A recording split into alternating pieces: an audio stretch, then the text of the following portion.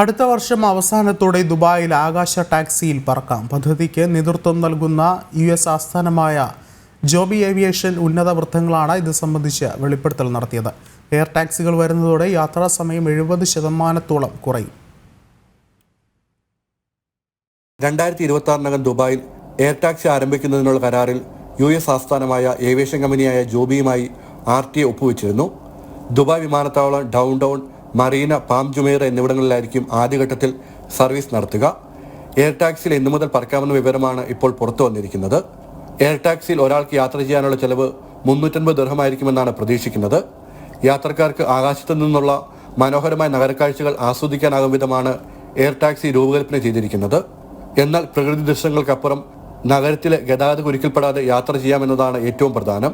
Dubai രാജ്യാന്തര വിമാനത്താവളത്തിൽ നിന്ന് പാം ജുമൈറയിലേക്ക് റോഡ് മാർഗം യാത്ര ചെയ്യാൻ 45 മിനിറ്റ് മുതൽ 1 മണിക്കൂർ വരെ എടുക്കുമ്പോൾ എയർ ടാക്സിയിൽ അത് 10 മുതൽ 12 മിനിറ്റ് വരെ ആയിരിക്കും. ഒരേ സമയം 4 യാത്രക്കാർക്കും പൈലറ്റിനും ഇരിക്കാനും ബാഗേജുകൾ വയ്ക്കാനും സൗകര്യമുണ്ട്.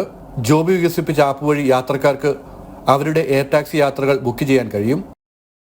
ജനം, ദുബായ്.